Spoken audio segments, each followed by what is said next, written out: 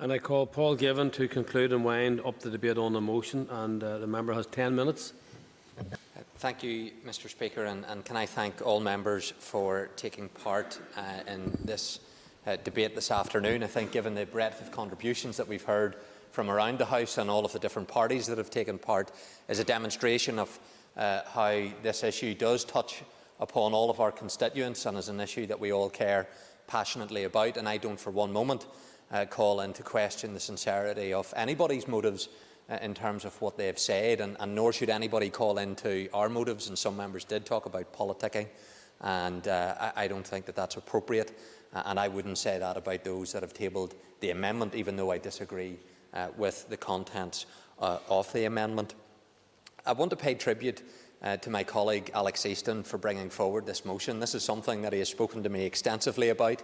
He has pursued for a long period of time and has engaged with the First Minister, who supports these endeavours, and has engaged with the families. And I want to pay tribute to Alex for the work that he has done in respect of this. I want to thank the Dorian and the Murray families for the way in which they have given voice to this issue. We can often debate legalistic points, but whenever families speak, they speak powerfully, and that often resonates with the public in a way that often politicians are unable to do. So I want to pay tribute to them. I thought Alan Chambers brought that personal connection to members very well when he spoke about Lisa coming in as a little child and buying the 10p mix-up from the shop, and that, I think, hit home to members about the real personal aspect of what it is that we're talking about, and the absolute tragedy for that family who still haven't been able to get justice in any shape or form. And I would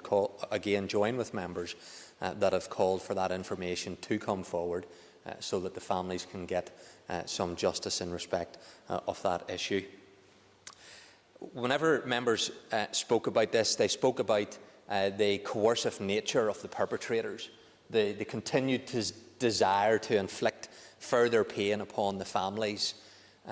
Dolores Kelly, Sinead Bradley, Paul Frew mentioned these different aspects, as did other members, and how true that is, and how appalling it is that not just enough to carry out the murder or to engage in the sexual abuse of children that paedophiles engage in, but to then withhold information that could lead to the identification of the remains or to those victims, speaks to the kind of evil that exists for the people that carry that out.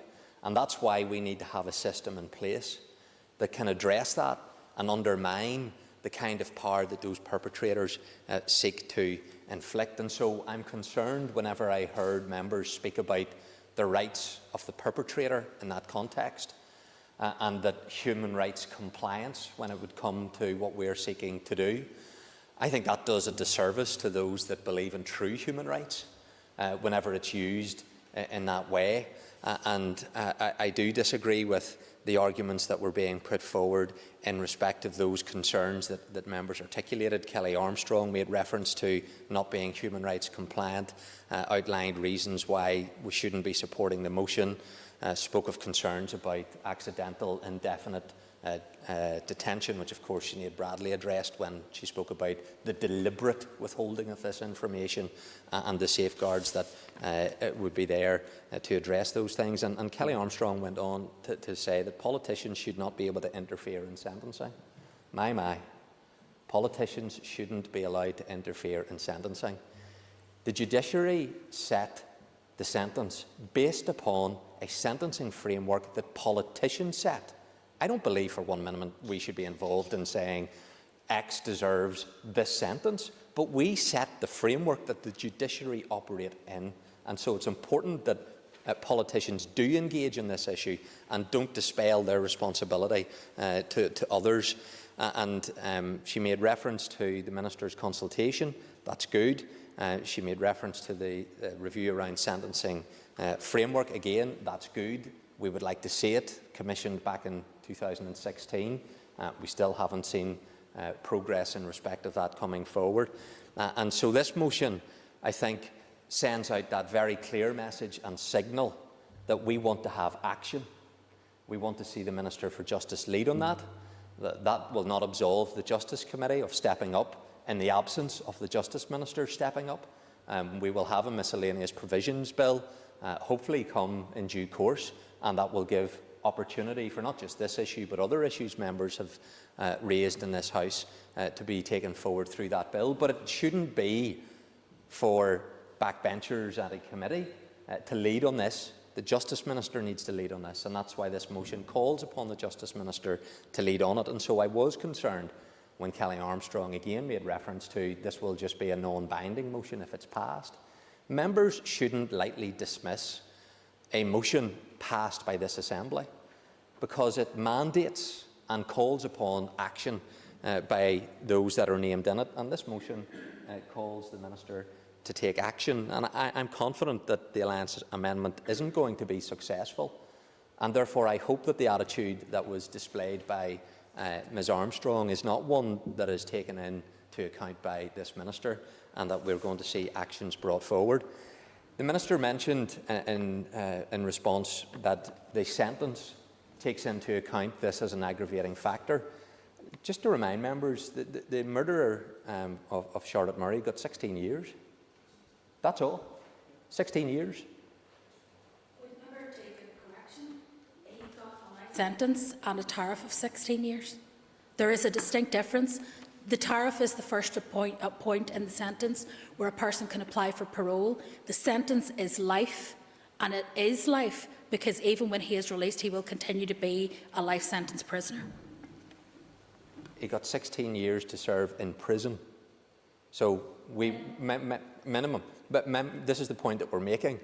16 years to serve in prison, and then the conditions for release. We're talking about those conditions for release. That he shouldn't be released if there is not disclosure. And so the Minister's response to this gives me even further concern that she's not listening to what members are saying. So this is why the motion needs to be passed. Mr. Speaker, if I may. Is it a point of order? It is a point of order. Sorry, let's both. Sorry, take a seat. Are you making a point of order? Order. I am listening carefully to what members say, and I do not appreciate my position being misrepresented by others in the chamber. It is unhelpful to do so. But what I am doing is conveying accurately how sentencing works, and that is my duty as the Minister of Justice. So that has to be clarified for the record, Mr. Speaker. Thank you for putting on the record, but that has been made in your own remarks earlier. So continue, Mr.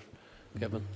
Thank you, Mr. Speaker. I would just say to the Minister not to be so defensive when members raise issues. We're doing it in a spirit of wanting to see progress being made, and the Minister doesn't always need to be so defensive when it comes to members raising these points. So, in seeking to wind on this, Mr. Speaker, I do believe that we need to send out a very clear message. I'm on the side of the victims. I believe everyone in this House is on that side of the victims. I believe we need a very clear process to get them the kind of justice that they need. And I believe we need to send a very clear message to murderers and to paedophiles in this society that if you don't disclose information, you shouldn't be released. And so I am wanting to go further than Helen's law. The motion makes that clear. It says it for members to see that we want to see, just to get the precise wording of it, to ensure that prisoners convicted of murder and child sex offences are not eligible for release until they disclose the location of their victims' remains or identity. That's what I want. And so, be in no doubt what it is that this motion is speaking to. And I would just say on the amendment that the Alliance Party have put forward, the families can say this better than I can, and maybe the Alliance Party will reflect on it. And I would appeal to them to listen to the families and not to move their amendment and try and come with where the majority of people are.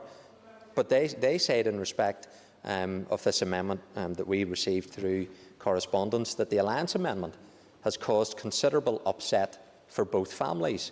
We would strongly urge you to reject this proposed amendment as the content weakens the original motion and diminishes the level of justice that we seek. So I would appeal to members to reject the amendment and to support the motion. Thank you, Mr. Speaker.